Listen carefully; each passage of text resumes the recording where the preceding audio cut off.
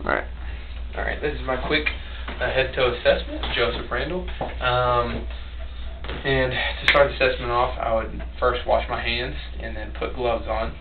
And I'd come in the room and ID the patient, make sure that their name bracelet says who they are, and also ask the patient their name.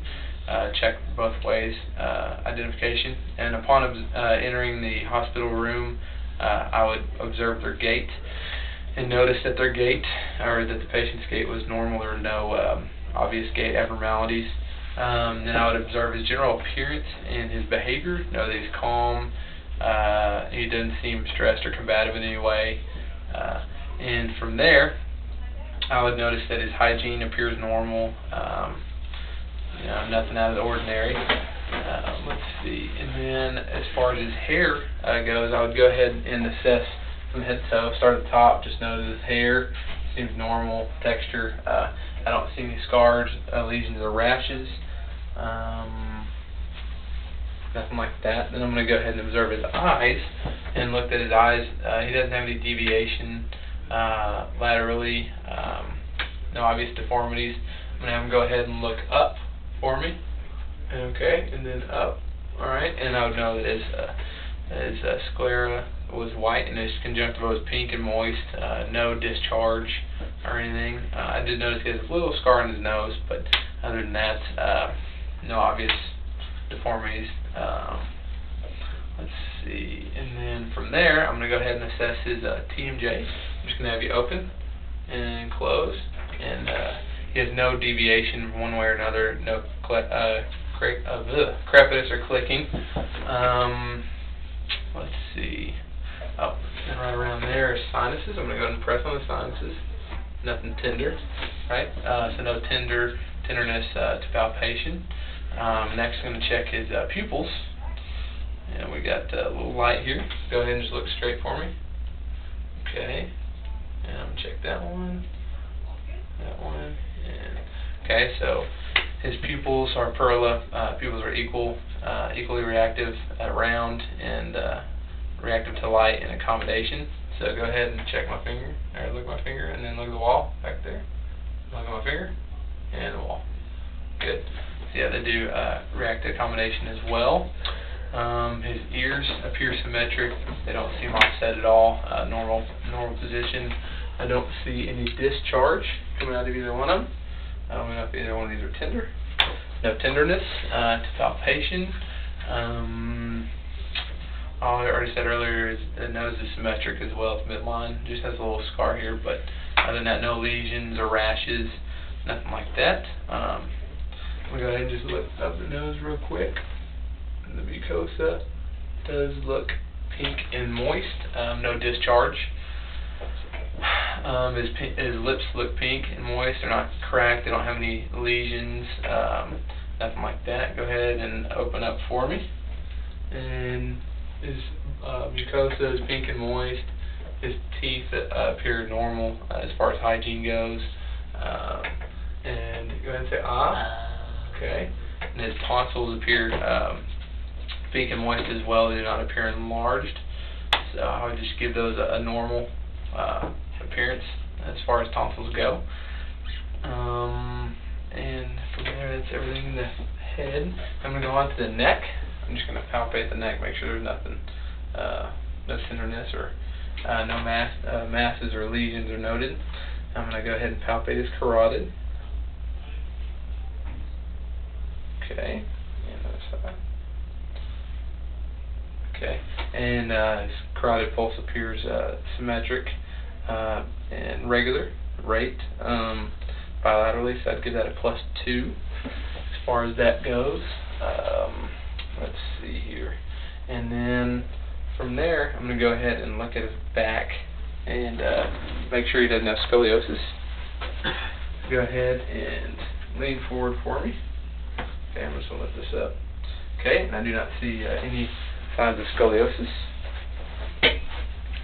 And his AP diameter does look less than the transverse diameter, so that's good.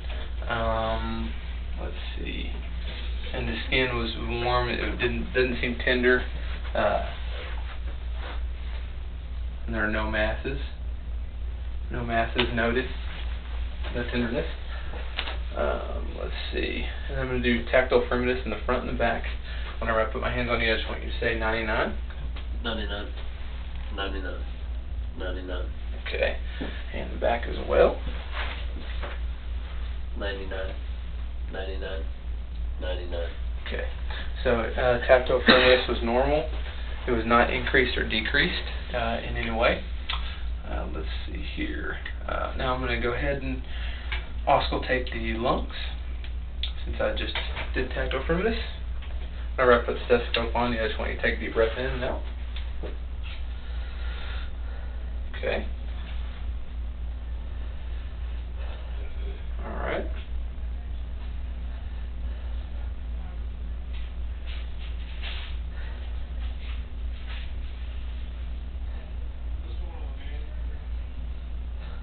Okay.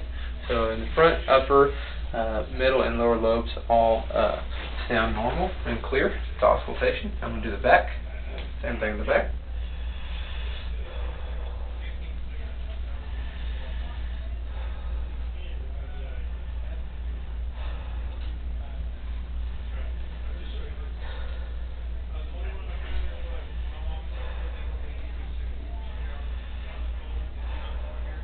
Okay. So all lobes of the lungs posteriorly are normal to auscultation as well. Let's see here. And while he's sitting here, the lungs, the upper lobes were clear, and those are bronchial sounds. In the middle, they were clear and are bronchovesicular, and the lower lobes were clear and are vesicular sounds as well. Let's see here. His lung expansion seems normal. He doesn't appear like he's labored. He has labored breathing at all. And check the lungs rib expansion in the back. Just go ahead and take a deep breath in and let it out. Okay. So lung expansion is normal. It's not decreased in any way. Let's see. Now I'm going to check his upper extremities. I'm just going to kind of passively move your arm. Okay, extension and flexion are both good. I don't feel any crepitus or anything like that. No tenderness. Now I want you to just push against my hand. Okay, and go ahead and squeeze my fingers. Range of motion and strength are both good. I'd give them +5 on the left side. Now we're going to check right side. Extend. Then feel any crepitus or popping. So now I want you to go ahead and push. Alright, and then squeeze my fingers. So strength and we got audible. Strength and range of motion are, I would give +5 on the right as well. I'd say that hair distribution is normal. Both arms, upper extremities are bilateral and symmetric. Don't see any obvious atrophy. No scars, lesions, rashes are noted on either one of the arms.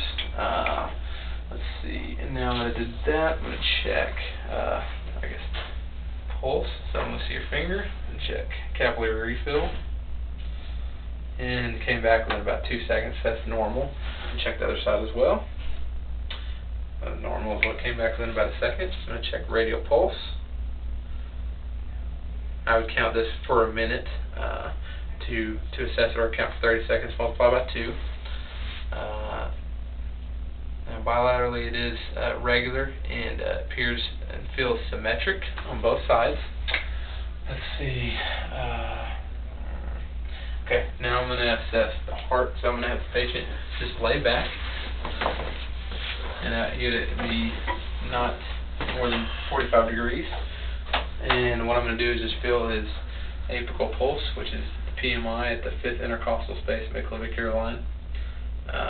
And now I'm going to go ahead and just palpate the aortic pulse, which is 2nd intercostal, just next to sternum on the right, and then pulmonic is 2nd intercostal on the left, just next to sternum. Erb's point is 3rd intercostal space on the left, just next to sternum. The tricuspid valve is best felt right here at the 5th intercostal space on the left, just next to sternum. And mitral valve is at the PMI, which is fifth intercostal midclavicular line. Now I'm going to go ahead and listen to all 5 points really quick.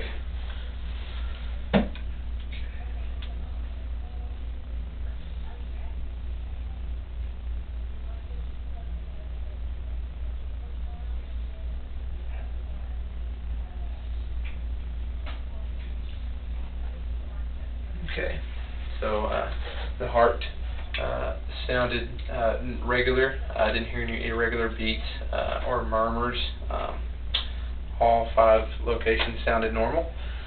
And now what I'm going to do is just have the patient raise his shirt up and check his abdomen.